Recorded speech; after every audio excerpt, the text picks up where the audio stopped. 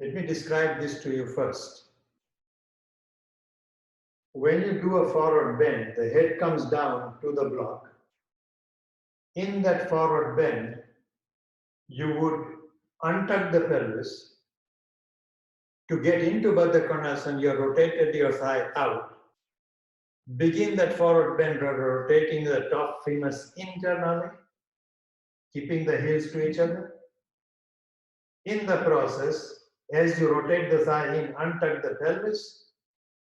As you come down, bring the head down to the block.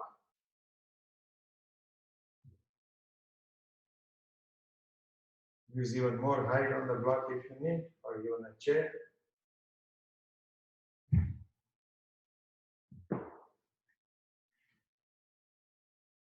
Continue to untuck the pelvis, rotating the thighs in, create an arch in the lumbar first.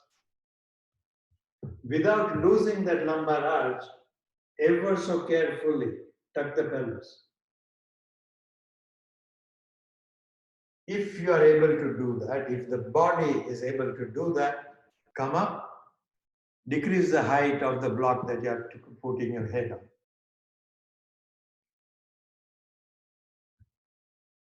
To go into Baddha Konasana, you have to rotate the thigh out, which is fine. But once you want to bend forward, rotate the top of the femurs in, separate the sit bones away from each other, hip bones towards each other.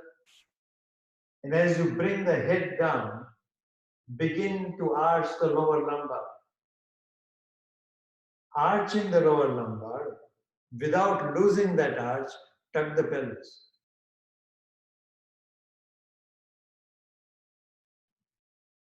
And by all means, once again, if you feel comfortable doing this further, come out, decrease the height that your head is taken down on, and repeat the action.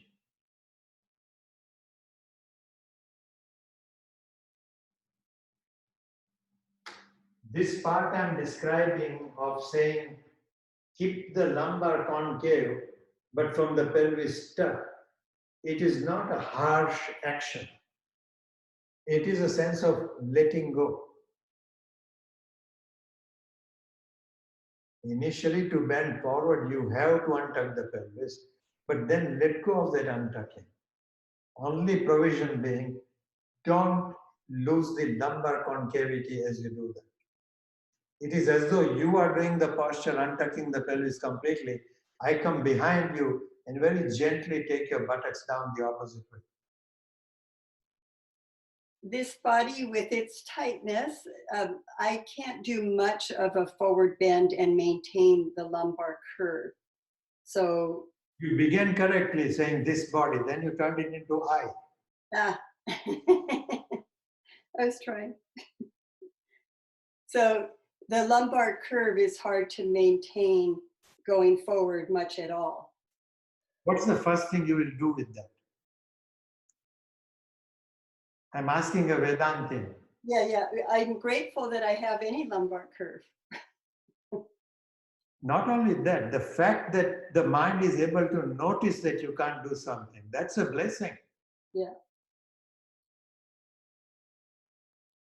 So turn it into a positive blessing and it's okay. Let's work the body little by little over a period.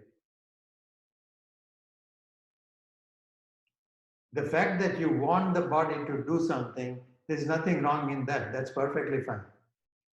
The fact that you notice that the body is not able to do what you desire, that noticing is a blessing.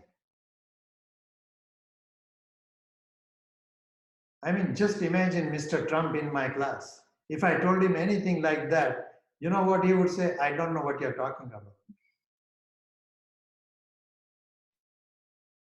And he would be correct. He doesn't know. He knows very little anyway.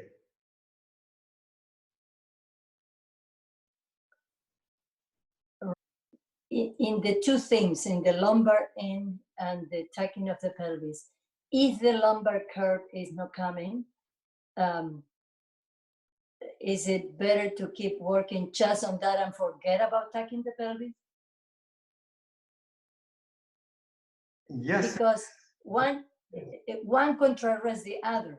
You know, Baddha Konasana, some people can have everything. In this body doesn't happen either. So is you work on one. I mean, I work on one, let's say the lumbar. When you come to bone action and even more to pranic action, forget about doing and doing and doing. It's more about letting go.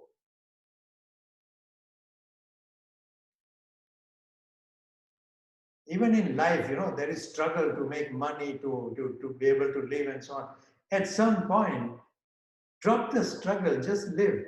If you have $1 million, you have $1 million. If you have $10, you have $10. Don't keep struggling at it. The finer actions I am describing here are not so much sort of muscular activity. They are more a sense of letting go. All right, if you like, go ahead and come out and go to Setubandha, supported Setubandha.